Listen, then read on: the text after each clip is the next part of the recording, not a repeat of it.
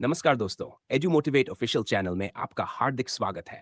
आज मैं आपको एक ऐसी प्रेरणादायक कहानी सुनाने जा रहा हूं जो आपको ये सिखाएगी कि कल कर लेंगे। सबसे खतरनाक आदत होती है और जो समय पर नहीं जागता, जिंदगी उसे जबरदस्ती जगा देती है। कहानी का नाम है मुर्गा, अलार्म घड़ी और सोता हुआ गांव। बहुत समय पहले की बात है। एक छोटा सा गांव था, शांत, हरा भरा और थोड़ा सा आलसी। इस गांव में सब कुछ धीरे चलता था। लोग सुबह देर से उठते, काम टालते रहते और हर बात के लिए बस एक ही बात कहते, कल कर लेंगे। गांव के बीचों बीच एक पुराना सा घर था। उसी घर के आंगन में रहता था एक मुर्गा। यह कोई साधारण मुर्गा नहीं था। उसका नाम था जागू। जागू को सबसे ज्यादा गर्व अपनी बांग पर था। हर सुबह वह पूरी ताकत से बांग देता, कुकड़ू कू। लेकिन समस्या यह थी कि पूरा गांव सोया ही रहता।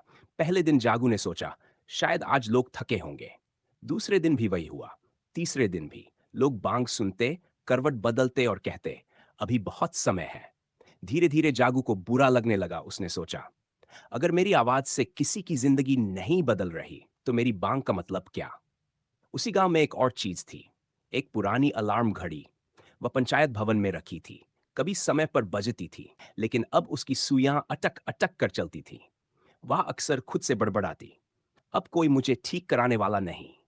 एक रात जागू उड़ते उड़ते पंचायत भवन पहुंचा। उसने घड़ी से पूछा, तुम इतनी उदास क्यों हो। घड़ी बोली, लोग मुझे सुनते ही बंद कर देते हैं। उन्हें उठना नहीं, सिर्फ सोते रहना है। जागू ने गहरी सांस ली। मेरे साथ भी यही होता है। उस रात दोनों ने एक अजीब फैसला किया, अगर गांव नहीं जागता तो तरीका बदलना पड़ेगा।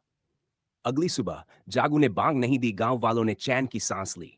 आज मुर्गा नहीं बोला, बढ़िया है। लेकिन उसी दिन कुछ अजीब हुआ। दुकानदार देर से पहुंचा, किसान खेत में देर से गया, बच्चे स्कूल नहीं पहुंचे। पूरा दिन गड़बड़ रहा। शाम को लोग चाय की दुकान पर जमा हुए। आज दिन ही खराब था, तो किसी ने कहा। जागू दूर से सब देख रहा था। दूसरे दिन भी उसने बांग नहीं दी, तीसरे दिन भी नहीं। अब परेशानी बढ़ने लगी, फसल खराब होने लगी, काम समय पर नहीं हो रहे थे। और तभी पंचायत भवन की अलार्म घड़ी भी पूरी तरह बंद रही। गांव वालों ने पहली बार महसूस किया, समय की आवाज बंद हो गई है। चौथे दिन गांव के मुखिया ने ऐलान किया, मुर्गा गायब है और घड़ी भी खराब है, कुछ तो करना पड़ेगा।